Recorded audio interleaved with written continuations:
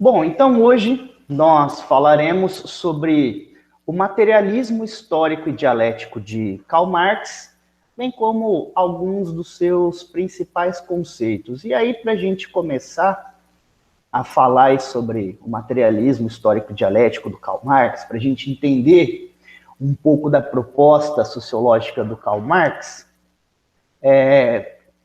eu vou iniciar falando um pouco do Karl Marx. Ele viveu aí na segunda metade do século XIX e basicamente, ele viveu em meados do século XIX e basicamente a maior parte da sua produção intelectual foi aí na segunda metade do século XIX. O Karl Marx, a sociologia do Karl Marx, ele acaba se tornando uma ameaça para a burguesia da Europa de forma geral. Então, portanto, Karl Marx, que é alemão, ele precisa fugir da Alemanha, passa um tempo na Bélgica, passa um tempo na França e depois ele vive aí o restante da sua vida na Inglaterra. E na Inglaterra ele acaba sendo sustentado e mantido pelo seu parceiro intelectual, o Friedrich Engels. O Friedrich Engels, que também é um grande intelectual do século XIX, e escreve em parceria as principais, ou pelo menos alguns dos principais conceitos e obras aí do Karl Marx. Então ele acaba ajudando ele dá a sustentação e o suporte para o Marx criar suas teorias, e além disso ele contribui bastante também intelectualmente com o trabalho do Karl Marx aí. E o Friedrich Engels, ele era inglês, filho e herdeiro de um grande industrial, de uma grande conglomerado de indústrias aí da Inglaterra. Então ele tinha condições financeiras e acaba sustentando e financiando aí a filosofia, a sociologia, as ideias de Karl Marx. Por isso, o Karl Marx ele é perseguido nessas diversas nações, ele não é benquisto na Europa, pela burguesia europeia, pelo potencial subversivo que a sua teoria tem, pelo potencial em rebelar massas, sobretudo depois que ele escreve o Manifesto do Partido Comunista, que aí já não é mais uma obra tão teórica, é um manifesto em que ele dá os pressupostos dos seus conceitos, e aí a sua defesa, a sua defesa com relação à superação do capitalismo, e aí as formas para superar esse sistema capitalista. Bom, então, eu acho que para a gente começar, eu gostaria de iniciar um pouco com em como alguns conceitos do Karl Marx contribuem para a nossa compreensão da sociedade. Eu não vou dizer que o Karl Marx escreveu um tópico na sua teoria, nas suas obras, dizendo, olha, é assim que eu compreendo a sociedade. Mas eu gostaria de mostrar como alguns conceitos do Karl Marx contribuem para uma visão, uma construção de uma visão da sociedade a partir da teoria de Karl Marx. Bom, primeiro, o Karl Marx ele identifica que durante toda a história da humanidade, o ser humano ele está numa constante luta de classes. Ou seja, sempre existe uma classe dominante e sempre existe uma classe dominada. Isso em todos os tempos históricos, em toda a sociedade. Sempre há uma classe dominante e sempre há uma classe dominada. Bom, essa classe dominante normalmente é quem exerce o controle sobre os meios de produção de riqueza material. Tá? Meio de produção de riqueza material é tudo aquilo que produz a riqueza da sociedade. É basicamente, como poderíamos dizer, a base da economia. É tudo aquilo que gera a existência econômica de um grupo, de uma sociedade, de uma civilização. Então, por exemplo, uma sociedade agrícola, né? Numa sociedade agrícola, o meio de produção de riqueza material é a terra. Então, porque a terra é o meio por onde se produz a riqueza material dessa sociedade, certo? Numa sociedade mercantil, o meio de produção de riqueza material é o comércio, tá? E aí, no caso do Marx, que viveu no século XIX, que viveu no início da expansão da Revolução Industrial por toda a Europa, tá? Então ele viveu numa sociedade industrial, ele vai identificar que o meio de produção de riqueza material na sociedade industrial, tá, do século XIX, é a indústria. Bom, isso quer dizer o quê? Quem detém a indústria, as terras, o comércio, ou seja, quem é dono da indústria, das terras, do comércio, são os donos dos meios de produção de riqueza material. É a classe dominante. Então, a classe dominante, ela sempre é determinada pelos meios de produção de riqueza material. Quem detém os meios de produção de riqueza material é a classe dominante. Perdão. E a classe dominada é quem atende a essa classe dominante. No caso de uma sociedade agrícola, em que o meio de produção de riqueza material é a terra, o dono da terra, ou os donos da terra, portanto, são a classe dominante. É a classe que detém o meio de produção de riqueza material.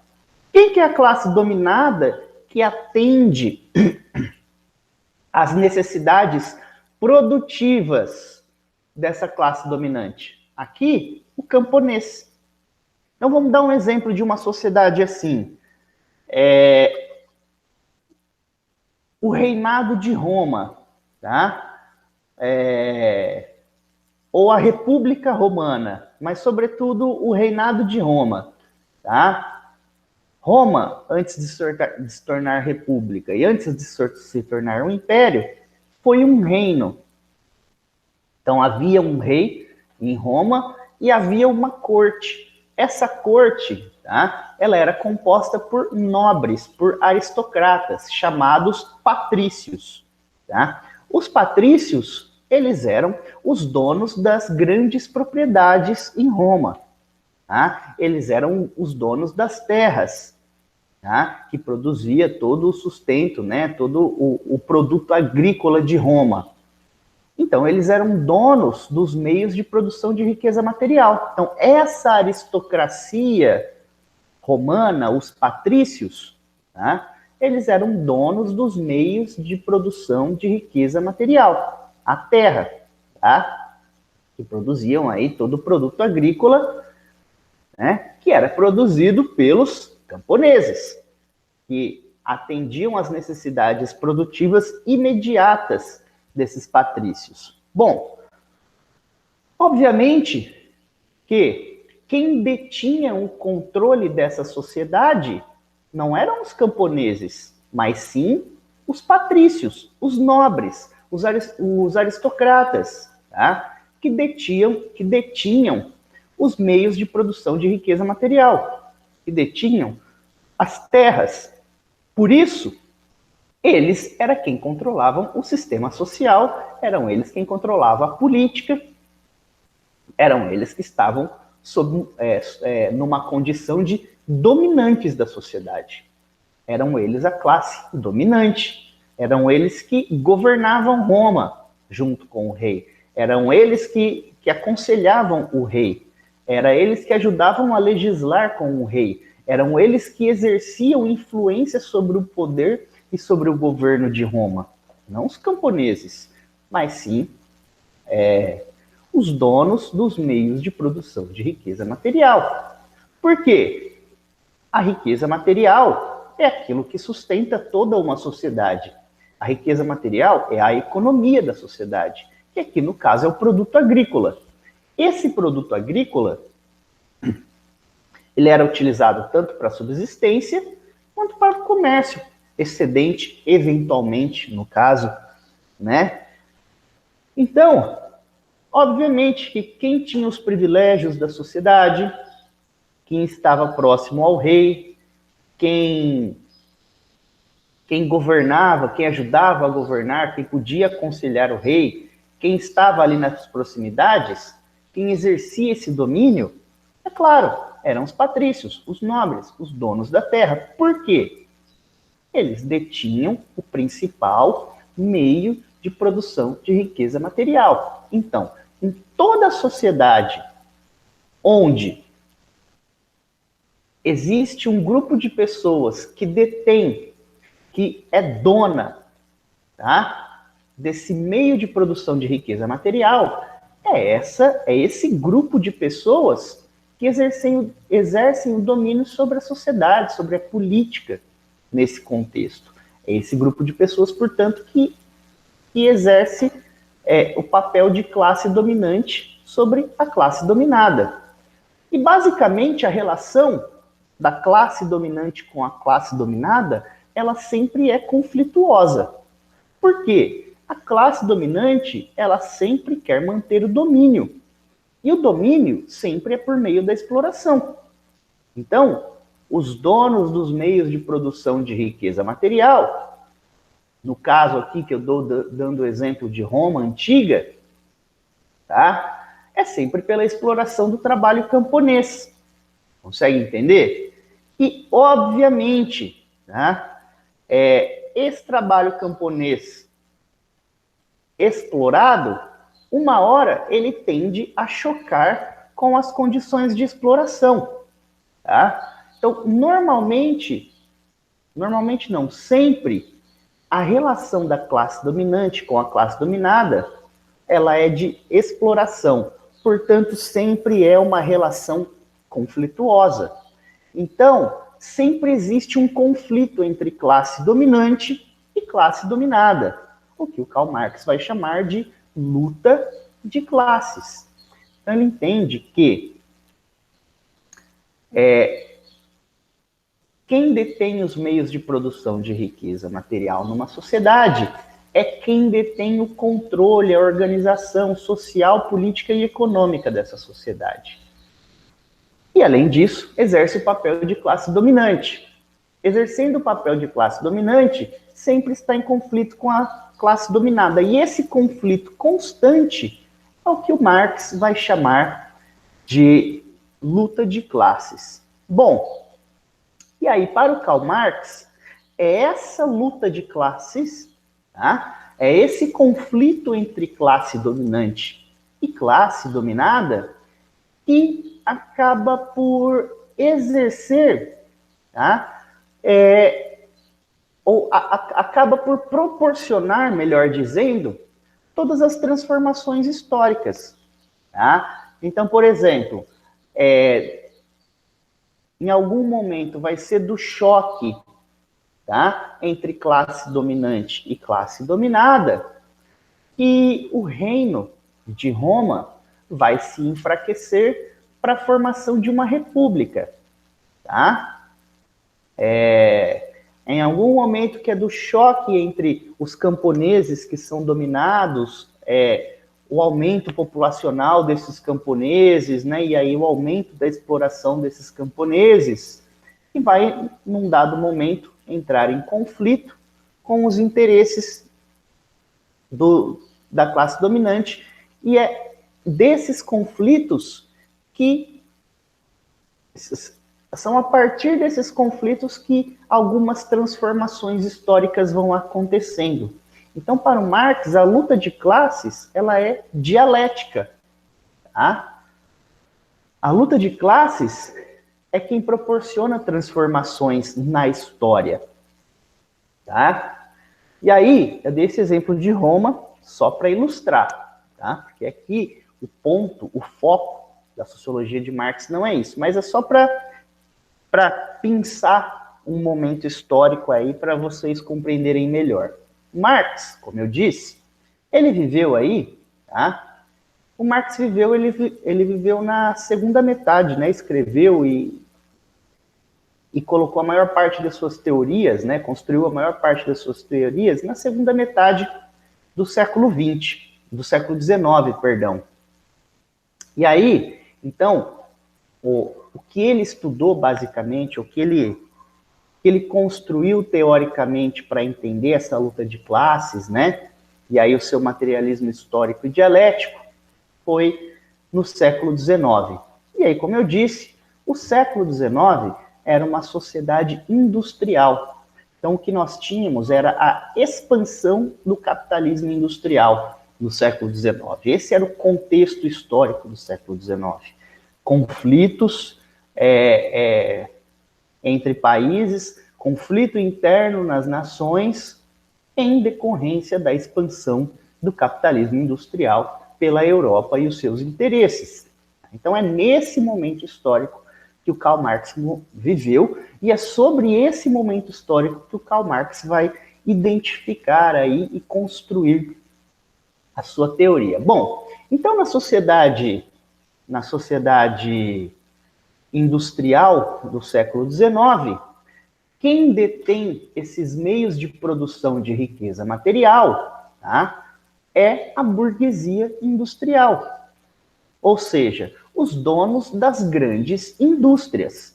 Os donos das grandes indústrias na França, na Inglaterra, na Bélgica, na Alemanha, tá, por exemplo, é o que vão compor a burguesia industrial.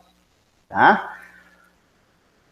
Se o principal meio de produção de riqueza material é a indústria, então é obviamente os donos da indústria que vão exercer ou que estarão nesse papel de classe dominante.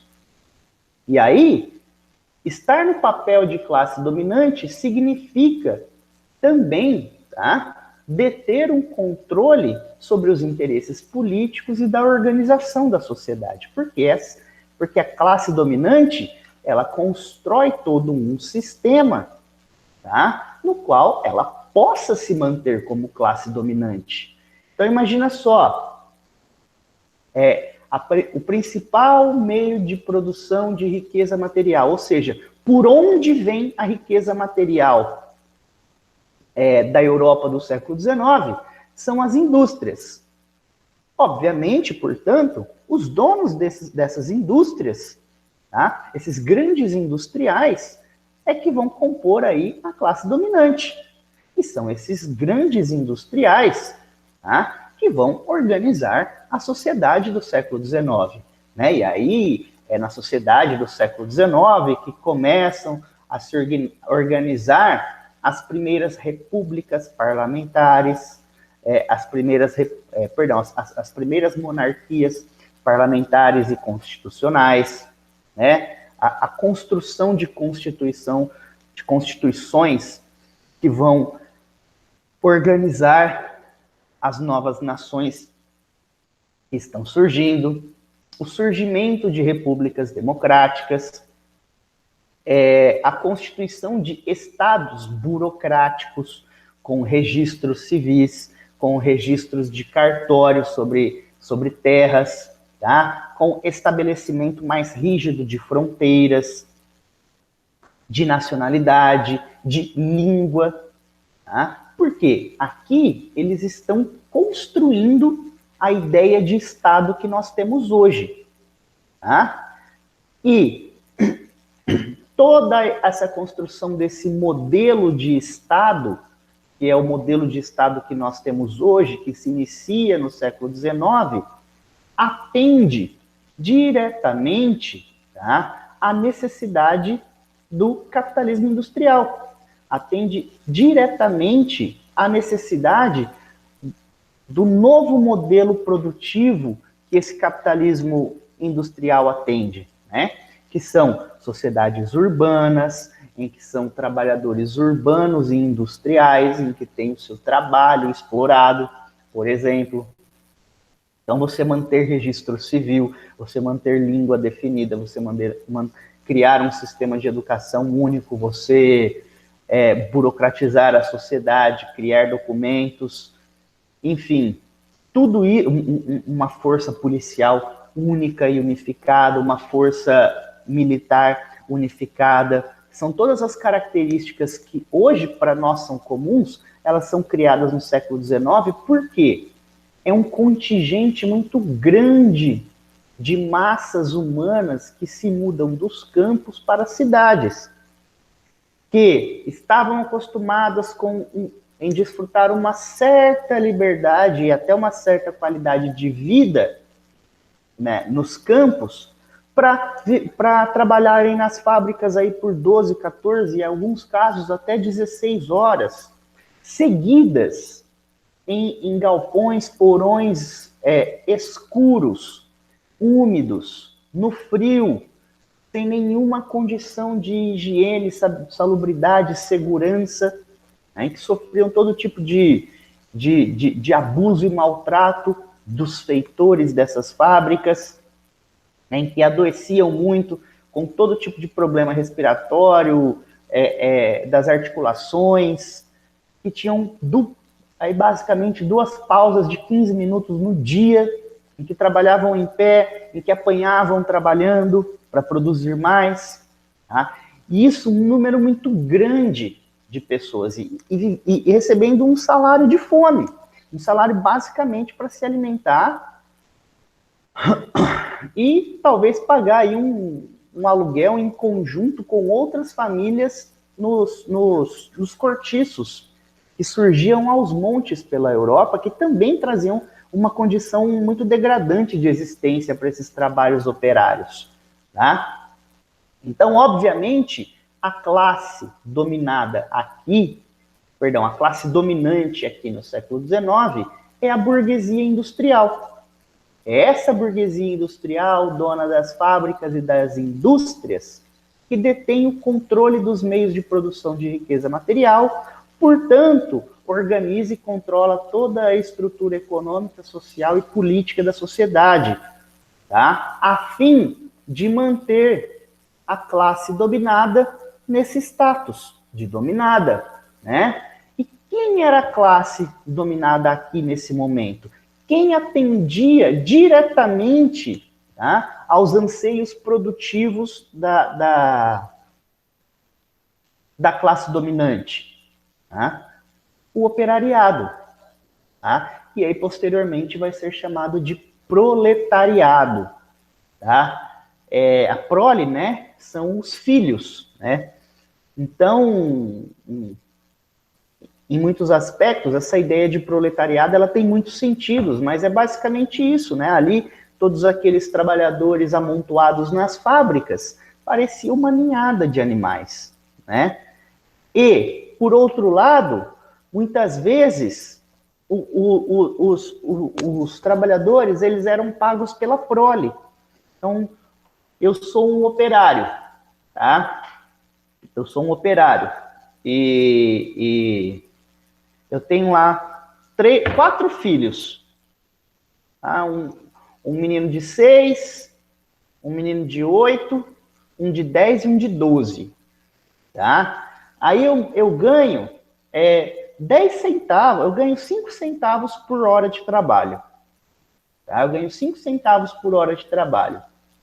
Com os meus 4 filhos juntos comigo, trabalhando junto comigo na fábrica, eu passo a ganhar 7 centavos por hora de trabalho.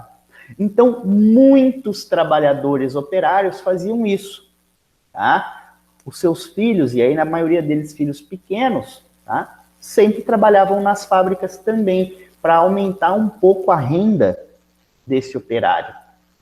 Então, as fábricas eram cheias de crianças, por exemplo, tá? Porque era a forma que algumas famílias, né, e as crianças, não só as crianças, né? Muitas vezes lá ia eu, a minha esposa e mais 4 crianças, tá? E aí, então, nosso salário ficava 8 centavos por hora, certo?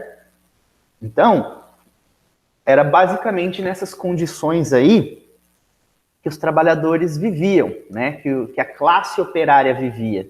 E aí é óbvio, uma classe operária que tem a sua família toda trabalhando nas fábricas ou nas indústrias, 10, 12, 14, às vezes 16 horas por dia, tá? Não tinha nenhum tipo de condição de se organizar e lutar por algumas medidas trabalhistas, né?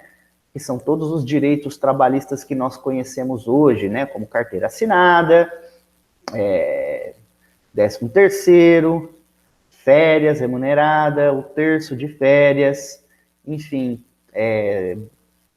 seguro-desemprego, e mais uma licença paternidade, licença maternidade, enfim, todos os benefícios aí, jornada de 8 horas ou jornada de 7 horas e meia, adicional de salubridade, dependendo da função. São todas conquistas trabalhistas que se iniciaram a partir do século XIX na Europa, tá? Em que trabalhadores operários viviam na pior condição possível no início da industrialização e com a sua luta, tá? Hoje nós desfrutamos desses direitos básicos aí, né?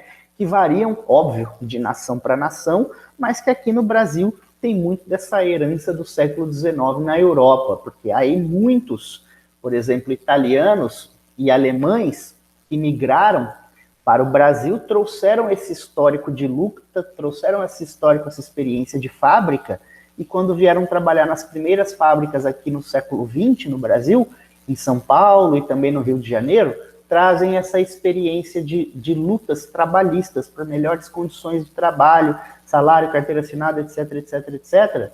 Essa experiência sindical trazem para o Brasil, tá? Bom, mas isso só para vocês verem como se configura essa luta de classes. Tudo isso que eu estou colocando para vocês é a luta de classes. São as contradições entre a classe dominante, que aqui no caso do século XIX é a burguesia industrial, e no século XIX a classe dominada é o proletariado, que está em constante choque. Essa classe dominada, com o tempo, começa a pedir melhores condições de trabalho, começa a pedir melhores salários, né? Jornadas mais reduzidas, salários para as mulheres. Depois, lá no século XX, passa a se pedir, as mulheres começam a lutar por salários igualitários, enfim. Existe todo um conflito entre essas duas classes, entre a classe dominante e a classe dominada. E é justamente desses conflitos, ou seja, da contradição entre essas duas classes, tá? Ou da relação dialética entre essas classes, que se dá o movimento, né, a dialética histórica e materialista de Karl Marx. E aí eu vou tentar explicar para vocês o que vem a ser essa dialética histórica materialista. Então, com isso aqui, eu expliquei para vocês, tá? A luta de classes, os meios de produção de riqueza material, então como Marx entende que se dá a sociedade. Então a sociedade ela sempre é determinada a partir das necessidades da classe dominante. Então o jeito que a sociedade é sempre para atender as necessidades da classe dominante, que tem uma necessidade produtiva, que tem uma necessidade de lucro, né, e que tem uma necessidade de controle. A classe dominada, ela sempre está tentando sair de alguma forma dessa condição. Ela sempre está lutando por melhorias nessa condição de classe dominada. E esse é o conflito de classes, tá? Mas esse conflito ele é sempre antagonista. Ele é sempre entre opostos. E aí ele é sempre, portanto, dialético. Ele sempre parte de uma condição em que há uma situação que se opõe, gerando uma nova situação. Tá? Então, é sempre em um movimento dialético. Então, isso daqui é como Marx entende o funcionamento da sociedade. O Marx vai dizer, olha, não existe consciência individual. O que existe é a consciência de classe. Então, Marx vai dizer, ó, o que existe é a consciência de classe. A classe dominante sempre vai pensar como classe dominante. A classe dominante sempre tem consciência de classe dominante. E a classe dominada sempre vai pensar como classe dominada. Não tem jeito. Quem detém o controle do meio de produção de riqueza material sempre vai pensar que o trabalhador é vagabundo, que o trabalhador ganha muito, que o trabalhador não quer trabalhar, que o trabalhador é folgado, que que o lugar de trabalhador é na fábrica. Então, a classe dominante, ela sempre vai enxergar a sociedade como classe dominante. Porque ela nasce como classe dominante, ela cresce como classe dominante e ela vive para manter esse status de classe dominante. Enquanto que a classe dominada sempre vai pensar como classe dominada. Ela sempre vai entender que o patrão explora, que o chefe explora, que ele precisa ganhar mais, que ele precisa de melhores condições, né, mas que ele também tem aí uma espécie de lugar na sociedade, que é diferente do lugar da alta burguesia, dos industriais, daqueles que estão na classe dominante, tá? E, obviamente, isso sempre gera conflitos, tanto de classe, ou esses conflitos de classe, essas lutas de classe, elas são passadas também para situações pessoais. Então, a consciência para o Marx sempre é de classe. Então, para ele não vai existir assim, ó, o que determina o ser humano não é se ele é da cultura francesa, se ele é da cultura alemã, se ele é da cultura brasileira, se ele é da cultura japonesa. E também não são os aspectos individuais e psicológicos, a construção individual do ser, né, como depois lá no século XX vai pensar o Jean-Paul Sartre, até em oposição um pouco do Marx, até, na verdade, um pouco não, bastante, né, criando uma oposição aí a esse aspecto da teoria marxista. O Marx não vai dizer, olha, não existe uma construção individual do ser a partir de suas experiências, ou uma cultura, né, a cultura francesa, a cultura japonesa, que inclui história, costumes, hábitos de um povo que vai contribuir para moldar quem é o sujeito. Marx vai dizer, não, os sujeitos são determinados pela sua classe social. Tá? O que determina o pensamento de um sujeito é se ele é classe dominante ou classe dominada. Consegue entender? O que determina a forma de um sujeito pensar, o que determina o jeito de um sujeito agir, o que determina a visão de sociedade do sujeito é se ele é da classe dominante ou dominada. Isso não importa de qual país ele seja e não importa quem seja esse sujeito. Tá? Então, a classe dominante, ele sempre ele é sempre determinado pela sua condição de classe. E a classe determinada sempre é determinada, a classe dominada sempre é determinada também pela sua condição de classe. Tá? E é isso também que impulsiona muito dos conflitos entre classes, que, para o Marx, é o motor da história. É esse conflito de classes que é o motor da história. É o fato de ter alguém numa classe dominante que organiza o sistema econômico, político, social e até cultural da sociedade contra uma classe que está dominada e sujeita a essa dominação, que existe para atender uma necessidade produtiva imediata desse grupo dominante. Tá? E aí ele vai falar que é dessas lutas que surgem as transformações históricas, que são essas lutas, essas contradições entre classes durante a história que proporcionou as transformações históricas. E aí eu vou tentar ilustrar aqui para vocês, tá? Vamos lembrar um pouco aí da história da Revolução Francesa. Tá? Vamos tentar lembrar um pouco aí da história da Revolução Francesa. Bom, na França, nós tínhamos como classe dominante aqui tá? Nós tínhamos como classe dominante o primeiro e o segundo estado, lá no século XVIII. Tá? Primeiro e o segundo estado, que era o clero e a nobreza. O clero e a nobreza, tá?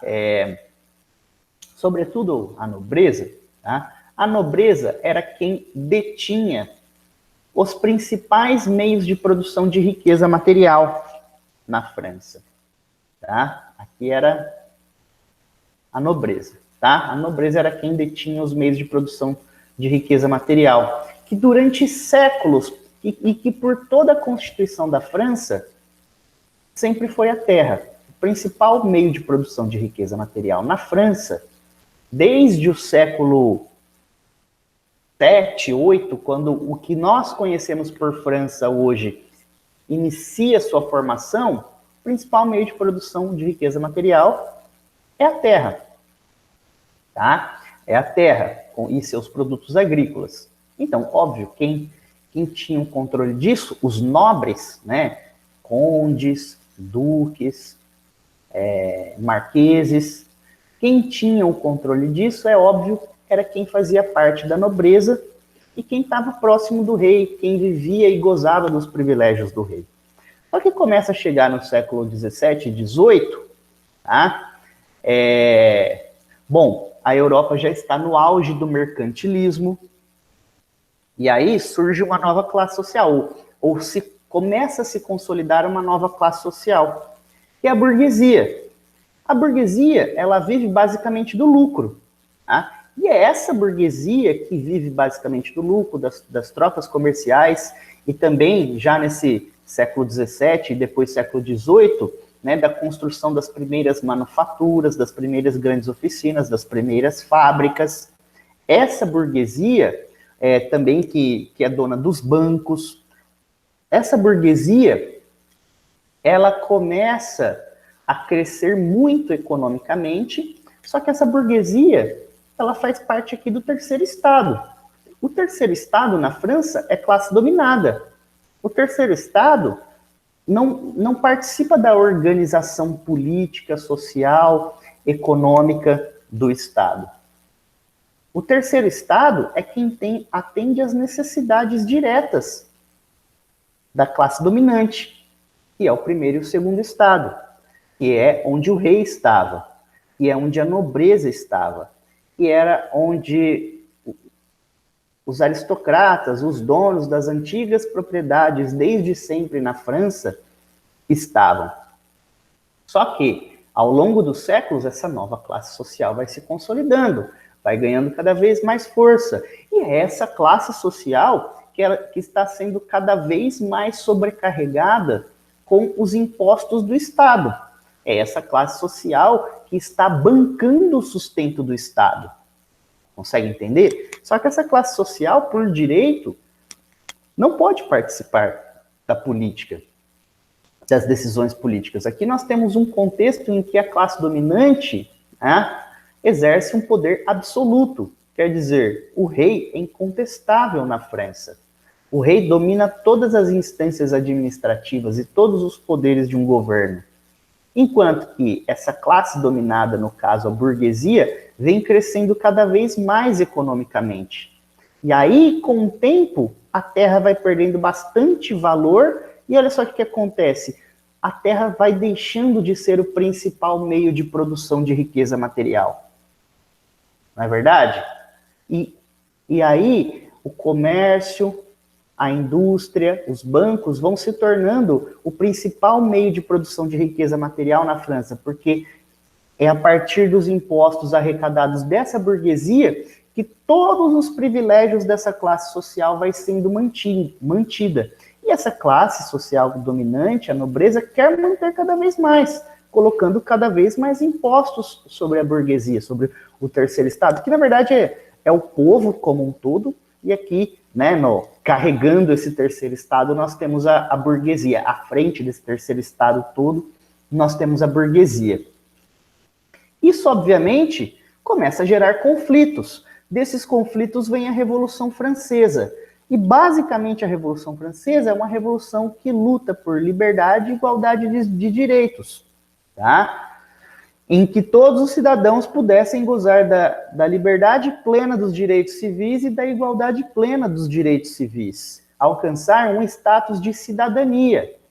Apenas quem gozava dos direitos de cidadão era essa classe dominante. A classe dominada não tinha direito a um julgamento justo, o país não era governado com uma constituição, não existia um direito, uma carta de igualdade entre todos os seres humanos. Então, a Revolução Francesa, tá, uma revolução sangrenta, violenta, caótica, conflituosa, em que tira essa nobreza do poder. Por que também que essa nobreza consegue... por que também essa nobreza sai do poder? Por que a classe dominada aqui consegue tirar a nobreza do poder? Primeiro, essa burguesia vai se consolidando economicamente. A burguesia, aos poucos, ela vai se consolidando como o principal meio de produção de riqueza material, né? O que a burguesia controla vai se tornando o principal meio de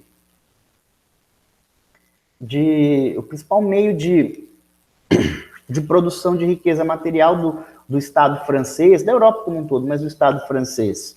Então vai chegando num ponto que, óbvio, essa burguesia, que é quem, basicamente, são os mais ricos, quem sustenta os tributos do Estado, quem sustenta o Estado como um todo, e não participa da política, tá? Não pode participar não pode gozar de direitos, de plenos direitos civis, como liberdade e igualdade. Então, obviamente, que essa classe social vai ficar muito insatisfeita com o desgoverno do Luís XVI no século XVIII. E, obviamente, há um grande conflito. A nobreza, a partir do século XIX, tá? Na França, e depois como uma onda por toda a Europa, começa a perder o seu poder.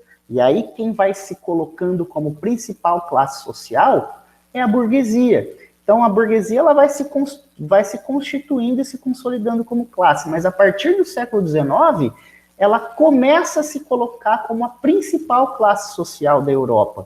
Então a burguesia, quando começa a organizar e tomar o poder, tá, nas diversas monarquias, ela cria constituições, cria carta de direitos civis, tá? Ela começa a organizar burocraticamente o Estado, as fronteiras, as línguas oficiais, um sistema mais democrático de eleições, tá?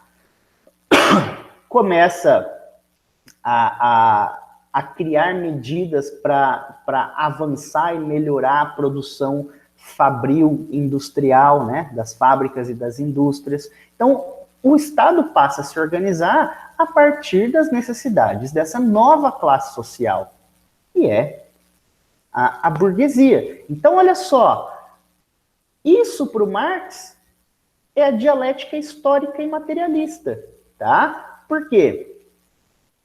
Aqui nós tínhamos o primeiro e o segundo estado, né? O clero e a nobreza, e aí vamos chamar de nobreza. A nobreza no poder, mas as condições materiais vão se alterando. A terra deixa de ser o principal meio de produção de riqueza material, o novo meio de produção de riqueza material passa a ser a burguesia, indústria, comércio, banco, tá? Que quem detém isso é a burguesia. Então, o que a nobreza detém, que é a terra, começa a entrar em decadência, e o que a burguesia detém, por exemplo, que é indústria, banco, comércio, começa a ganhar cada vez mais força, eles começam a sustentar o Estado francês, há um choque, conflitos muito constantes, e aí um grande conflito, no caso que é a Revolução Francesa, tá? Em que a nobreza, o rei, perde os seus direitos e se eleva como classe dominante essa burguesia industrial. Então, olha só como o conflito de classes gera uma grande revolução, que dessa revolução gera uma transformação social, tá? Essa é a dialética, né? O termo dialética, ele quer dizer uma contraposição. O termo dialética, ele quer dizer uma uma contradição, uma contraposição, uma oposição, tá? Então, é dialética. Olha só, é a classe dominante contra a classe dominada, tá? Por que histórica? Porque é desse movimento dialético que gera a transformação da história. Então, portanto, Marx, a história não é um evento atrás do outro. Na verdade, é um evento em oposição a outro. É uma classe dominante, nobre, que organiza o Estado a partir do poder do rei e os seus privilégios contra uma nova classe social que tem um meio de produção de riqueza material que vem ganhando cada vez mais poder, e essa classe quer também participar da organização política, social e econômica da sociedade, e aí, como classe dominante não aceita isso, classe dominada entra em choque, até que a classe dominante, que está enfraquecida porque o seu meio de produção de riqueza material, que é a terra, já não tem mais tanto poder, se eleva como classe dominante agora a burguesia. E ela passa a organizar e controlar o Estado a partir das suas necessidades. Então, não vai mais existir rei, ou se existir um rei, ele é controlado por uma constituição, ele é controlado por um parlamento. Então, essa constituição é burguesa, esse parlamento é burguês, o rei está lá só de enfeite.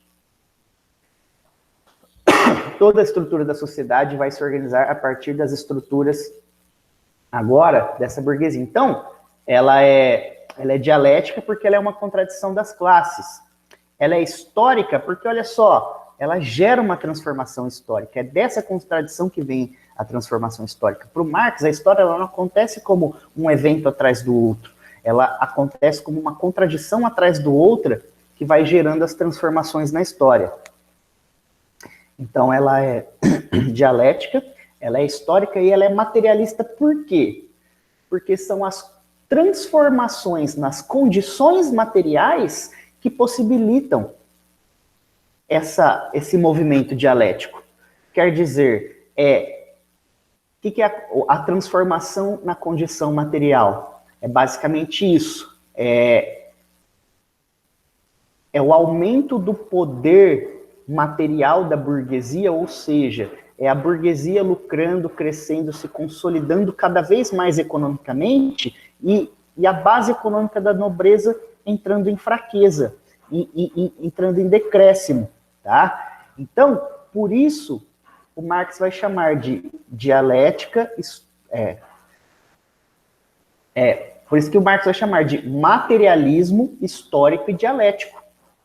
Por quê? As transformações na condição material, tá, proporcionaram a transformação histórica e dialética. Então, as transformações na economia, as transformações materiais, as transformações no modo de produção, as transformações da maior fonte de lucro, por exemplo, ela começa a se alterar. Isso vai gerar um choque entre as classes que detêm essa fonte de lucro. A classe dominante, se está em decréscimo, obviamente abre espaço para uma nova classe que está em ascensão. No caso, a burguesia. Tá? Então, a história ela funciona nesse movimento. Então, a burguesia, ao longo dos séculos, vinha se consolidando, a nobreza vai perdendo cada vez mais poder, porque a terra vai perdendo cada vez mais importância, né, vai tendo cada vez menos importância. Há um grande choque, que é a Revolução Francesa, e aí a burguesia se coloca definitivamente. Isso é o materialismo histórico e dialético de Karl Marx. Tá? Então, tudo isso que eu passei para o Marx é como vai funcionar a história, a economia, as relações humanas dentro de uma sociedade, é como funciona a sociedade em si, para o Marx. As transformações da sociedade funcionam dessa maneira, e a sociedade sempre se organiza a partir das necessidades, sobretudo necessidades produtivas, das necessidades materiais dessa classe dominante. Tá? Sempre se organiza a partir das necessidades materiais dessa classe dominante, que aí, no caso, a partir do século XIX, é a burguesia. E aí, é a burguesia até os dias de hoje. É óbvio que se a gente for analisar aí dentro de uma perspectiva marxista, essa burguesia, ela se transforma, né? Essa burguesia, ela passa por um processo aí também de transformação. O capitalismo, ele altera alguma das suas características e a sociedade, ela se complexifica, e essa luta de classes também se complexifica um pouco mais, e aí nós teríamos hoje categorias de análise um pouco diferentes, né? Nós precisaríamos recorrer também a outros autores para poder identificar, mas como ferramenta de compreensão da história e da sociedade, da economia, a dialética histórica e materialista, a dialética histórica e materialista tem, assim, o seu valor para instrumento de compreensão da sociedade até hoje. Na verdade, quando a gente analisa a sociedade, em algum ponto a gente vai dizer, olha, manda quem tem dinheiro, obedece quem tem juízo, não é? Tipo, a gente vê que a nossa sociedade, ela é organizada a partir de quem tem dinheiro. E a partir de quem tem dinheiro, basicamente, não estou falando de quem ganha muito como salário, mas quem tem dinheiro no sentido de quem dá emprego, por exemplo, é quem produz as coisas, mas não é 1, 2 empregos. É quem dá 300, 400, 500, 1.000, 2.000 empregos. E esse é quem organiza a sociedade. Você chega aqui uma fábrica de celulose em Três Lagoas, prometendo 5.000 empregos, por exemplo, toda a estrutura da cidade vai se transformar para atender essa demanda. Por quê? Porque esse grupo que está chegando, que chegaria em Três Lagoas, é quem detém um meio de produção de riqueza material. A riqueza material vai ser a celulose, se essa fábrica chegar. Quem detém, quem é dona disso, é esse grupo que está chegando. Então, é claro, a sociedade toda vai se organizar a partir da necessidade desse grupo. Porque esse grupo está chegando como detentora do meio de produção de riqueza material, que vai ser essa fábrica de celulose. Isso é um exemplo bem simples e localizado para vocês entenderem como que uma sociedade se organiza a partir da classe dominante. Tá? E aí essa é a visão que o Marx vai ter, e é óbvio, essa visão é importantíssima para a nossa... como uma das ferramentas que a sociologia nos traz para a compreensão aí do mundo, da sociedade, das coisas em geral. Bom, então, para além aí desses conceitos todos, né, que vai contribuir para nossa, ser como ferramenta para nossa compreensão da sociedade, né, que é luta de classes, classe dominante, classe dominada, dialética histórica e materialista e como isso constitui a compreensão da sociedade. Para além disso, tá, o Marx vai ter outros conceitos para a gente, que eu vou citar aqui, né, que eu vou falar brevemente para vocês, que vai ajudar a manter essa estrutura da classe dominante sobre a classe dominada, tá? Uma delas, e que eu acho assim a mais interessante, a mais importante, é o conceito de mais-valia, tá? Basicamente, em resumo, o que é esse conceito de mais-valia? A mais-valia, ela é o lucro do patrão no seu sobretrabalho, tá? É de onde vem o lucro do patrão. O lucro do patrão, ele vem do seu trabalho. Então, é meio que assim, quanto mais você trabalhar, mais o seu patrão vai ganhar. Consegue entender? Então, o lucro do patrão, ele vem do seu sobretrabalho. Imagina que o certo é você trabalhar X. O seu sobretrabalho, ou seja, o seu aumento produtivo, é que vai gerar o lucro do seu patrão. Imagina que seu patrão tem 10.000 empregados. Se todos produzirem mais, tá, ele vai ter exponencialmente um crescimento aí, potencial de 10.000 vezes do seu lucro, porque ele tem 10.000 funcionários. Isso assim, em grosso modo, para você entender. Agora eu vou tentar aprofundar um pouco mais. Imagina lá. Bom, eu tenho uma fábrica e vocês aí são os meus operários. Tá? Uma fábrica de sapato. tem maquinário, vocês também produzem algumas coisas manualmente, e assim funciona a nossa máquina, a nossa fábrica, cada um aí com uma função dentro dessa fábrica, tá? Cada um opera um equipamento. Bom, a nossa produção mensal, tá? Da minha fábrica aqui, a qual vocês trabalham, é de 10 mil pares de sapato por ano. Perdão, de 10 mil pares de sapato por mês. 10 mil pares de sapato, certo? E aí vocês ganham aí 15 reais a hora de trabalho e trabalham 8 horas por dia. Trabalham 8 horas por dia e inclusive no sábado, tá? Vocês trabalham aí 6 dias por semana, 8 horas por dia. Vocês ganham aí em média 15 reais por hora. É um salário razoável para operário. Tá? Tem lá, dou os direitos trabalhistas para vocês, normalmente, não tem esse problema. Minha empresa é uma empresa, minha indústria é uma indústria legal. Tá. Só que, imagina lá, você, como operário, tá? Você vai pensar assim, olha, não, eu vou produzir o máximo, né? Eu começo a estimular vocês a produzirem o máximo. Eu falo que quem produzir mais, eu vou aumentar o cargo, eu vou tirar do cargo de operário, vou colocar como encarregado, né? Quem produzir mais, eu vou dar uma bonificação. Pessoal, quem produzir mais esse mês, eu vou dar uma bonificação de 100 reais. Né? Vai ganhar uma bonificação de 150 reais. Ou se durante o ano você for melhor funcionário do mês, durante 12 meses eu te dou uma promoção. Então, eu coloco todo mundo para trabalhar mais. Só que vocês ainda vão trabalhar as 8 horas por dia, certo? E vocês ainda vão ganhar 15 reais. Só que lá no seu trabalho funcional, no lugar de você cortar por mês 10 mil tiras de couro, você vai cortar desesperadamente 20 mil tiras de couro. No lugar de você colocar 5 mil rebites por dia, você vai colocar 10 mil rebites por dia. No lugar de você pintar detalhes de 10 mil sapatos por mês, você vai pintar detalhes de 20 mil sapatos por mês. Todos vocês vão produzir mais. Todos vocês vão produzir mais. Todos vocês vão trabalhar muito mais. Só que vai todo mundo ganhar o mesmo salário.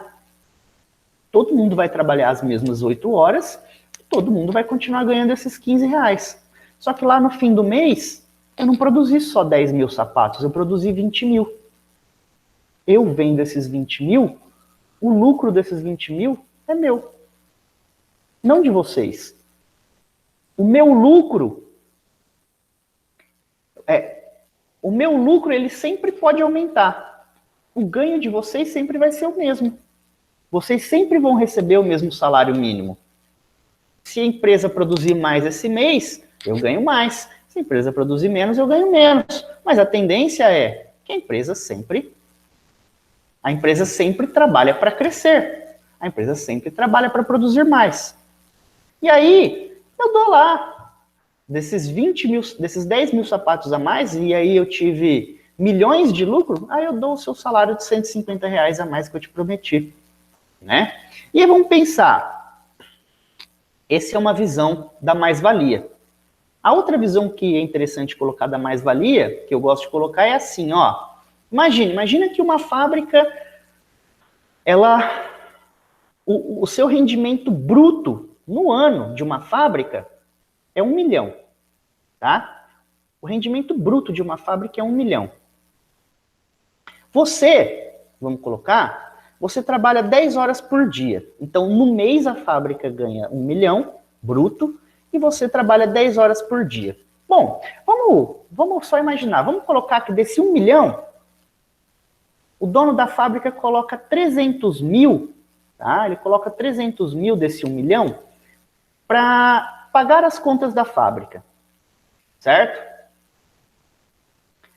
Energia, água, impostos, manutenção de maquinário, tá? 30%, 300 mil. Vamos colocar que mais 300 mil ele coloca para pagar a folha de salário de todo mundo. Aí eu tenho lá 100 operários. Desses 300 mil, tá? Esses 300 mil eu coloco aí para pagar a folha. Eu tenho 30 operários. Aí eu ponho para pagar a folha de salário desses operários, certo? Então, 300 mil para pagar, eu ganho 1 milhão por mês, bruto. 300 mil para pagar as contas da fábrica, 300 mil para pagar a folha de salário, e aqui, ó, me sobra 400 mil. Esses 400 mil é o meu lucro, certo? Esses 400 mil é o meu lucro. Agora vamos transferir isso para suas horas de dia. Você trabalha 10 horas por dia. Nas suas 3 primeiras horas do trabalho, você está trabalhando para pagar as contas de uma fábrica que não é sua. Certo? Depois, nas 3 horas seguintes, você está trabalhando para pagar as contas para pagar o seu salário. Então, em 10 horas por dia que você trabalha, as 3 primeiras horas é para pagar as contas de uma fábrica que não é sua. As 3 horas seguintes é para aí você trabalha para pagar o seu salário. As outras 4 horas restantes, aquela mais puxada do seu trabalho, pensa assim, esse é o lucro do seu patrão. Tudo que você está trabalhando aqui, essas últimas 4 horas do seu trabalho, não é seu, é do seu patrão. Então, de 10 horas por dia que você trabalha, 7 horas é para o seu patrão. Ou para o lucro dele, ou do seu patrão, para ele pagar as contas da empresa e para o lucro dele. Só 3 horinhas do seu dia de trabalho é o seu salário. Quando você divide as suas horas de trabalho pelo rendimento bruto do seu patrão. Essa é a ideia de mais-valia. Então, é isso que o Marx chama da exploração do trabalho. Quando Marx fala de exploração do trabalho, você fala assim, professor, esse Marx está errado aí. Esses comunistas, eu vou votar no Bolsonaro, porque onde já se viu falar que eu sou explorado. Pô, meu patrão, ele paga aí, ó, meus 1.500 por mês, certinho, carteira assinada, tem tudo meus direitos. Isso é coisa de vagabundo que não quer trabalhar. Onde está me explorando? Trabalha num lugar tranquilo. Quando o Marx fala de exploração do trabalho, ele não está falando que seu patrão não está querendo te pagar. Ele não está falando que seu patrão não vai te pagar. Ele não está falando que seu patrão não te dá os seus direitos. Não é isso que o Marx está falando. Ele só está falando o seguinte, você trabalha igual um besta 10 horas por dia e só 3 horas desse seu dia é seu salário. O resto é do seu patrão. Isso, se não é exploração, eu não sei o que é. Mas se você quer continuar assim, tudo bem. É isso que o Marx vai dizer. Que a sociedade, ela se organiza dessa maneira. Todos os grandes empresários e industriais se organizam grossamente dessa maneira, tá? Claro que estou colocando aqui a mais-valia de forma bem seca para vocês entenderem, tá? Claro que existem muitas mais outras relações complexas, sobretudo na sociedade que nós vivemos, porque aí tem também a tecnologia. Hoje a tecnologia, ela cria uma ideia de mais-valia relativa, né? Então a mais-valia, ela ainda aumenta muito mais com a tecnologia. Porque aí hoje nós temos máquinas que exercem trabalhos humanos, por exemplo, e aí o cara tem cada vez menos funcionários, ele tem cada vez menos gastos, ele tem cada vez mais lucros, né? Então as relações ainda hoje são mais complexas. Então, quando fala-se da exploração do trabalho, ninguém está falando mal do seu patrão. Ninguém está falando mal, falando mal de você ou querendo ser vagabundo. Quando fala-se da exploração do trabalho, tá? Não está se falando de direitos trabalhistas. Direitos trabalhistas é uma coisa. A exploração do trabalho por meio da mais-valia é outra. É como todos nós funcionamos. Se eu pegar aqui o número de aulas que eu dou na faculdade e dividir pelo rendimento bruto da faculdade, eu vou chegar nessa mesma conclusão. Eu vou chegar na conclusão de, a cada 10 aulas que eu dou, só 3 é para pagar o meu salário. As outras 7 é para pagar aí, as outras 7, as outras 6, não sei. As outras 6, 7 aulas é para pagar as contas da faculdade e o lucro da faculdade. Mas meu mesmo, são só 3 horas. Ah, professor, mas eu tenho lá uma padaria, eu tenho lá 2 funcionários. Não é bem assim, não. Não, mas a sua padaria, ela não é um meio de produção de riqueza material da sociedade. Você que é dono de uma padaria, uma loja de roupa, né, um comércio na cidade, você não faz parte da classe dominante, você não é da burguesia, tá? Você trabalha para alguém, porque, por exemplo, a sua padaria, ela vende produtos da Nestlé, sua padaria vende produtos sei lá, da Friboi, vende produtos da Sadia.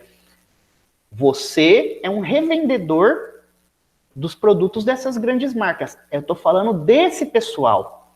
Você é só um revendedor. Ah, professor, mas eu tenho minha loja de roupa lá. Pô, minha loja de roupa parece umas madame da cidade. Não, tudo bem. Mas aí você vende para as marcas, né? Para Stivanelli, para Coach. Você é o empregado dessas marcas. Você também recebe nesse sistema. Você também tem a mais-valia explorada sobre você. Porque eles te vendem uma peça de roupa, sei lá, por 1.000, se você não vender 3.000, você não tem lucro. Consegue entender? Só que eles pagaram para produzir essa peça 200. Só que até chegar em você, já é uma cadeia de pessoas que foram também exploradas nesse sistema de mais-valia. Quem transportou essa roupa, quem trabalhou na transportadora para transportar, quem trabalhou na fábrica, quem tirou a matéria-prima, o linho, até chegar em você e depois até chegar no produto final, existe uma cadeia produtiva que passou por esse processo de mais-valia, de agregação de valor para alguém lucrar, para alguém ganhar. Consegue entender? Então, o pequeno comerciante da cidade pequena, da cidade média, da cidade grande, ele não é burguesia. Ele não é produtor, ou, mas eu sou juiz, que isso? Ganho 50 mil por mês? Não, você é funcionário público. Não é o quanto ganha, é o quanto produz. Se você é um produtor de dinheiro, de fato, se você é um grande fazendeiro, você tem 10 mil, 20 mil, 30 mil, 100 mil cabeças de gado, aí sim você faz parte aí sim você faz parte da classe dominante, né? E ainda assim, esse ainda está sujeito, por exemplo, esse cara faz gado leiteiro, ele está sujeito a Nestlé de alguma forma. Se a Nestlé parar de comprar, ele está meio fudido. Consegue entender? Então, hoje, existem os grandes conglomerados empresariais que aí, esses sim controlam, tá? E aí, é claro, existe todo um sistema, por exemplo, de ideologia para manter as pessoas trabalhando. Lá no século XIX era aquela ideia, né? Tempo é dinheiro. Tempo é dinheiro, tempo é dinheiro, tempo é dinheiro, tempo é dinheiro. Então, com isso, tempo é dinheiro, o trabalhador sempre estava na fábrica produzindo cada vez mais. Ou aquela ideia de o trabalho enobrece o homem. O cara está lá trabalhando igual um maluco. Não é porque ele não está fazendo Claro, o trabalho enobrece um homem. Mas quando você trabalha igual uma máquina 12, 14, 16 horas por dia, isso não é enobrecer. Consegue entender? Qual é o espaço que você está tendo para refletir sobre o seu trabalho, para você se tornar uma pessoa mais nobre? Só que não, o trabalho enobrece o homem. Então o cara vai lá e trabalha, ele se sujeita a qualquer condição para trabalhar, para não ser tido como um vagabundo na sociedade. Só que ele está sendo explorado e não vê. Então essas ideologias vão sendo constituídas, né? Ou senão, até a que eu acho mais engraçada dinheiro não traz felicidade. É claro que dinheiro traz felicidade. Tá? É claro que dinheiro traz felicidade. Não estou dizendo que o dinheiro é o único meio de felicidade. Mas em uma sociedade que você tem que pagar educação, você tem que pagar saúde, você tem que pagar moradia, você tem que pagar energia, você tem que pagar alimentos, você tem que pagar tudo. É claro que dinheiro traz felicidade, porque traz conforto. Não estou dizendo que dinheiro é a principal via de felicidade, não é esse o meu ponto. Mas quando uma sociedade fala, não, dinheiro não traz felicidade, as pessoas falam, tá vendo? Aí passa na televisão a novela, né? Os ricos, eles cheios de tramas, brigas, traições, isso e aquilo. Você fala, tá vendo como dinheiro não traz felicidade? É uma ideologia que está sendo implantada em você. Para você acreditar que a vida do rico é ruim, e para você acreditar que dinheiro não traz felicidade, que não, é melhor ser aqui meu trabalhozinho, aqui meu salário mínimo por mês, ter minhas coisinhas e tranquilo. Não porque você tem que lutar para ter mais, não é isso. É que você sempre pode, se quiser, lutar por melhorias ou por pelo menos compreender como funciona um pouquinho melhor a sociedade, tá? Então essa é a ideologia, como a ideologia vai sendo implantada também por causa dessa necessidade de manter essa sociedade trabalhando para produzir cada vez mais, para gerar cada vez mais lucro, tá? Então a mais-valia, a ideologia e a alienação. A alienação também faz parte desse produto, né? O trabalhador, hoje, todos nós fazemos funções cada vez mais específicas. Por exemplo, eu dou aula aqui de filosofia, eu tenho que ficar colocando minhas notas no sistema, eu tenho que dar notas para vocês, eu estou cada vez mais alienado num trabalho burocrático, num trabalho tecnocrático de ficar aqui passando conteúdo e mal refletindo sobre as coisas. Então, eu estou alienado em funções técnicas, em funções instrumentais. E olha que eu sou professor. E se você trabalha lá numa fábrica, numa usina, você tá também exercendo funções técnicas, instrumentais, braçais e setorizadas, cada um fazendo uma parte, sem nem você ter ideia do que vai virar aquele produto final. Você trabalha numa usina, você está lá participando do plantio ou da colheita de cana. É quase que todo maquinário. Você também nem sabe como é que funciona, você só aperta os botões. Você não sabe se aquela cana vai virar açúcar, se vai virar combustível, se vai virar combustível aqui para o Brasil, se vai virar combustível lá para a Europa. E aí é claro que quando você vê o tanto de o tanto de cana que é produzido, né? E aí chega aqui no posto de gasolina R$ 3,50, você não entende por que está R$ 3,50. Tá? Você aceita estar R$ 3,50. Mesmo que isso é vendido mais barato lá fora. É porque é justamente estar caro aqui dentro que eles conseguem um preço bom de mercado lá fora para vender o biodiesel lá fora. Então, é explorando o consumidor aqui dentro, explorando o trabalho aqui dentro, que eles conseguem um preço barato para vender lá fora e competir, por exemplo, com a gasolina. Que aí o álcool tem bem menos octanagem e por isso precisa de um preço melhor para poder competir lá fora. Só que aí aqui dentro fica caro. Aí aqui dentro o seu trabalho é explorado. Isso é alienação. Você só está lá trabalhando na sua função, mas todo dia você abastece álcool que às vezes vem de um lugar lá longe, sendo que você trabalha numa usina aqui. E aí você abastece 3,50 o álcool, não está mais 3,50, mas já chegou. Você abastece 3,50 o álcool, sendo que você vê que o litro do álcool que é produzido ali, final, é muito barato. Aí você não entende por que chega na bomba a 13,50. Consegue entender? Isso é alienação. É alienação do trabalho, é alienação da economia. E aí você simplesmente vai aceitando, porque quando você está alienado nesse sistema de trabalho, você vai aceitando todas as outras coisas. Né? Você só vê o produto final. Você só vê o produto final lá na prateleira. Você não vai lá na Nike e encomenda para a Nike um tênis. Você chega lá na prateleira, aqui na loja em Pereira tem um tênis da Nike. Então você nem se dá conta de todo o processo. E todo esse processo passou por uma exploração. Aí o tênis da Nike vale R$1.000. Só que a produção grossa dele valeu, sei lá, R$200. Então, se você contar só pelos produtos e pagando, se você contar só pagando o trabalho, pagando a matéria-prima, aquele tênis ia valer R$200. Todo o resto do valor é imposto, que é o lucro do Estado, e aí a classe dominante se vale do lucro do Estado, porque o Estado ajuda a financiar, no modelo de governo que nós vivemos, sobretudo aqui no Brasil, a produção. E além disso, O lucro de quem transportou, o lucro da fábrica lá na China, o lucro da fábrica nos Estados Unidos é quem desenhou.